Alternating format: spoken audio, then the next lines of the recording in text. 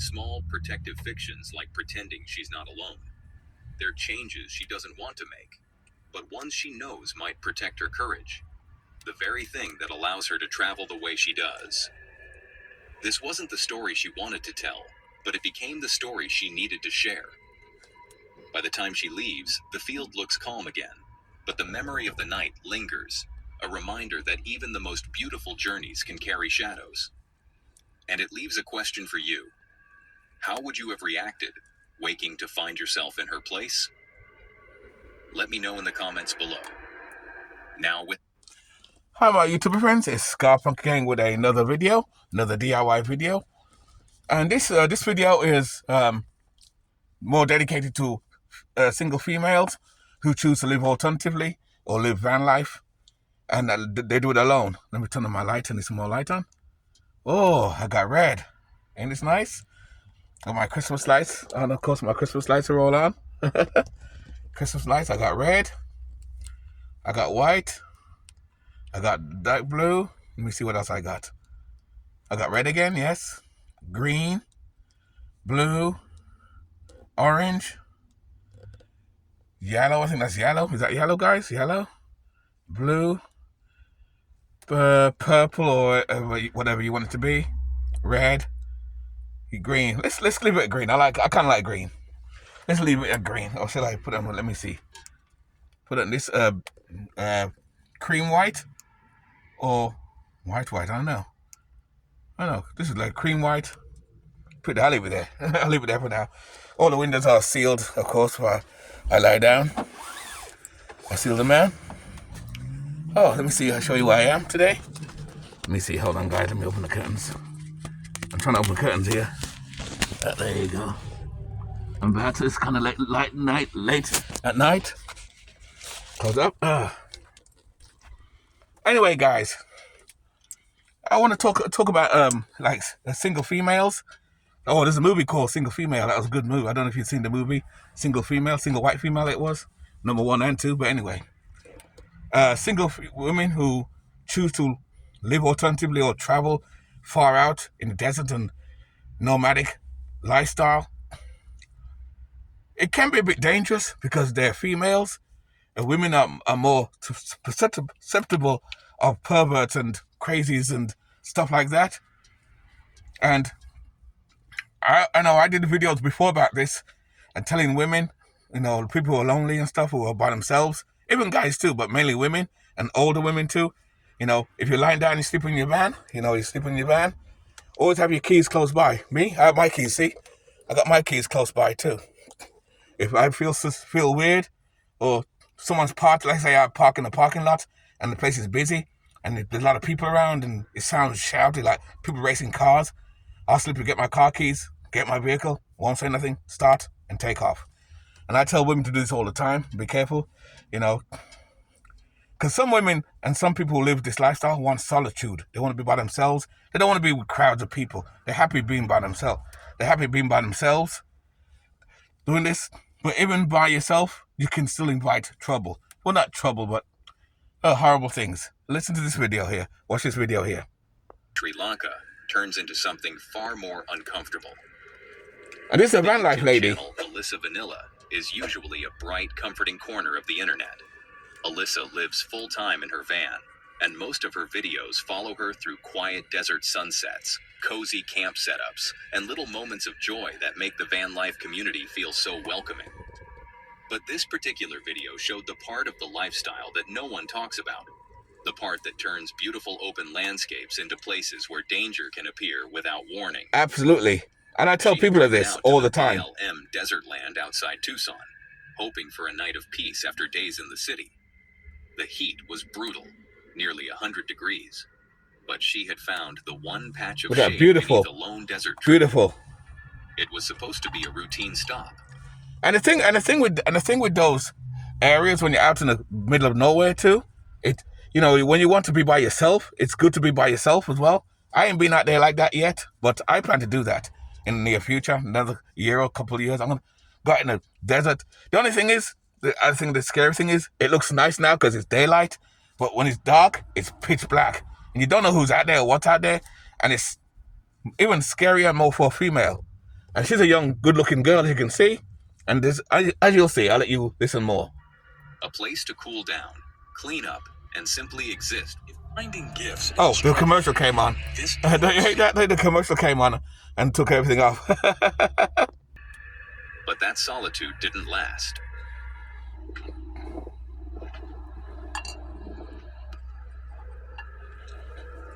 That's how I do my videos. My videos are DIY. You know, I don't edit or nothing. I just show you what's going on. I show videos like this and I comment on it and I do my reaction to it. Because like this is for lonely women who are by themselves. Well, not lonely women. The women who travel by themselves. And you got to be careful. Watch this, how crazy this is. Yes, I am. I'm just trying to check in, make sure everybody's got enough water and... Oh, okay. Are you a ranger or? No, I just live close. Oh, okay. So I kind of come out and check, make sure, because I know there's a lot of people that come out here that don't have a lot. I'm fine right now. I don't know if I'll stay here, but I just wanted to check it out and see. It's pretty hot though. On an ATV approached her, claiming he lived nearby and liked to check on people, making sure campers had enough water. On the outside, he acted polite, even caring. It's a But the scam. moment he stepped closer, something deep in her gut whispered that Very something sinister. wasn't right. His kindness. Follow your intuition, ladies. and her Follow your instincts intuition. didn't trust it. If something don't seem right, He talked a lot, don't do it. explained himself even more, and tried to reassure her that he wasn't doing anything spooky. But something about the conversation was off. Too much detail, too many pauses, a kind of over-explaining that set off small alarms in the back of her mind. I was just about to start talking about how the good thing about being out here Beautiful lady. is that there's no one else out here. As you can see, there's no RVs in the background or anything.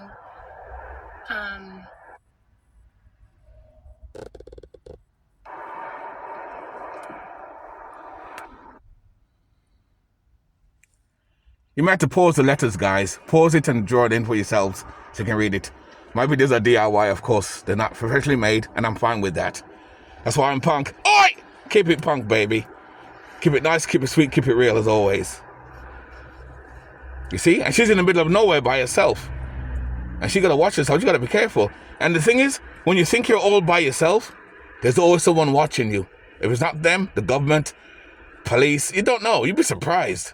This world is smaller than you think. You see, he came back. Hi. Watch the excuses he makes. Hi.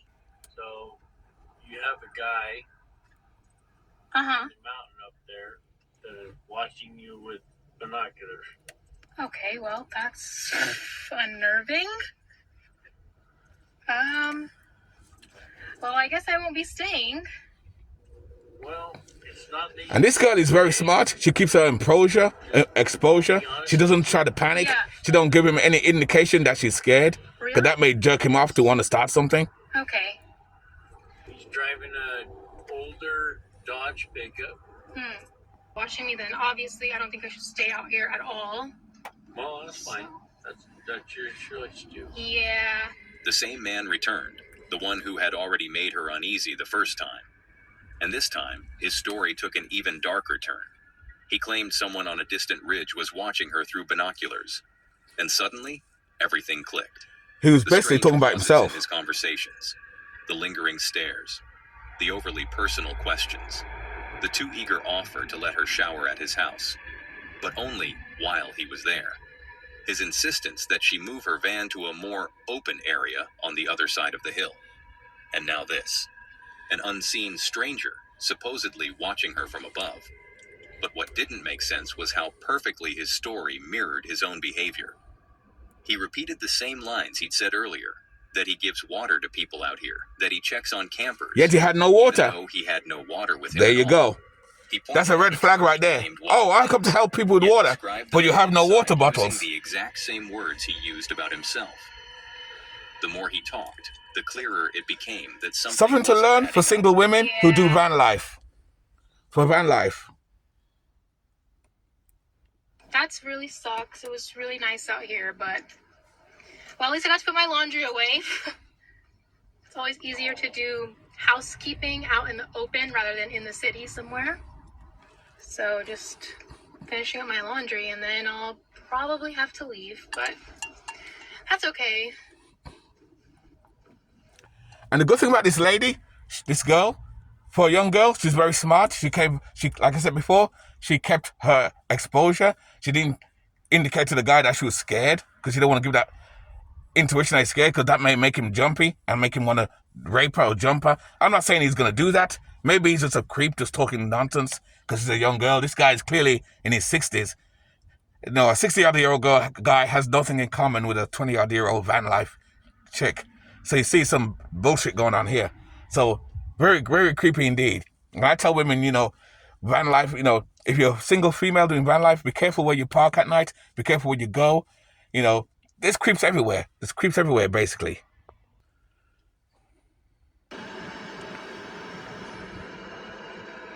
Alyssa tried to continue her laundry, hoping he would just leave. But it took way too long before he finally did. He won't go. That was her breaking point. Alyssa grabbed everything and threw it all into her van as fast as she could. Within minutes, she was driving away from the BLM land, putting as much distance as possible between BLM her land. and that unsettling encounter. I heard a lot about those lands too. I'm not really into that myself. Once she had calmed down and replayed the moment in her mind, that the full danger of the situation settled in.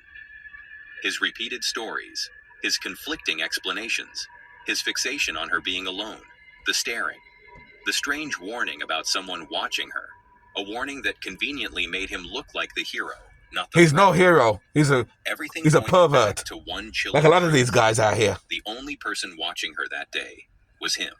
Facts. And Alyssa's instincts had been right all along. But even after such a terrifying close call, Alyssa made something important clear. The risk didn't come from living in a van. It came from people who treat a woman alone as an opportunity. Alyssa was lucky. She trusted her instincts. She left in time, and she made it out safe. Absolutely, guys. Absolutely. And that's just one van life lady. Hey, God bless her. She made it out alive. I mean, she made it quick. The first chance she got, she packed up and she left right away. And I tell women this over and over again. Even if you sleep in your vehicle, your bus, your van, your car, have your keys close to you. Carry a little weapon with you. Have a little knife on you or something. Don't be quick to use it, just in case, because, men in general are stronger than women, and they can overpower you. So you gotta be very careful. Be careful of that. So they can overpower. So you gotta be careful of that. I'm gonna show you one more video about this. Another lady as well who felt threatened, and she does van life also. And I'll show you right now. 2 years ago, on November 9th in Asheville, North Carolina, something shocking happened. It was a bright, sunny day, ideal for exploring. This is another van life lady. Spot to rest. But what followed was horrifying. And she's young also as well. Sarah, a beloved YouTuber known for her channel, Sarah Dungo, where she documents her stealth camping trips. I may check out her channel. And see what it's about. Near a peaceful park. That's a nice van. And prepared to wind down. Everything seemed perfect. She's full-time. Until the peace was shattered.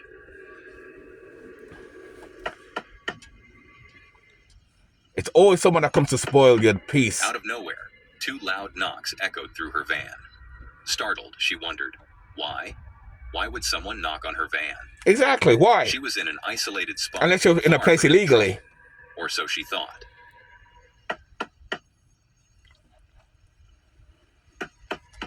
The knocks came again, even louder this time. Panic set in. Who could it be? What did they want? It's kind of funny because that's one of van life people's dreaded call, is that dreaded. Hey, is anyone in there? Hello? You cannot park here, you gotta move. Excuse me, anyone in here? That's one of the dreaded noises. Even though I do it part-time and have my camper van, I'm in my van right now, and I did this for like 7 years, I've never had that knock. I'm blessed, I never had that knock. Maybe it's easier for me because, again, I do have a base, so I don't sleep at my van every single day. But the people who do it every single day, who travel every day, they may have that problem. They might have that choice thing. And even when they live with, like this lady lives in the travels far out in BML land or in the desert, you're not alone. A lot of people make that mistake and think when they're out there in the desert, you're all alone. There's always someone watching you. Even the satellites can see you. It's crazy. And with this AI stuff going on too, and I know it's kind of funny because I've always said this too. We're not, even though nomads think they're nomads, you're not escaping the Matrix. Make no mistake, you're not escaping the Matrix. As this girl thought she was all alone, she thought wrong. Let's listen some more. Sarah decided to gather her courage, and she peered out to see who was out there. And then she saw him, a man, peeking through the front window. Over, please leave me be.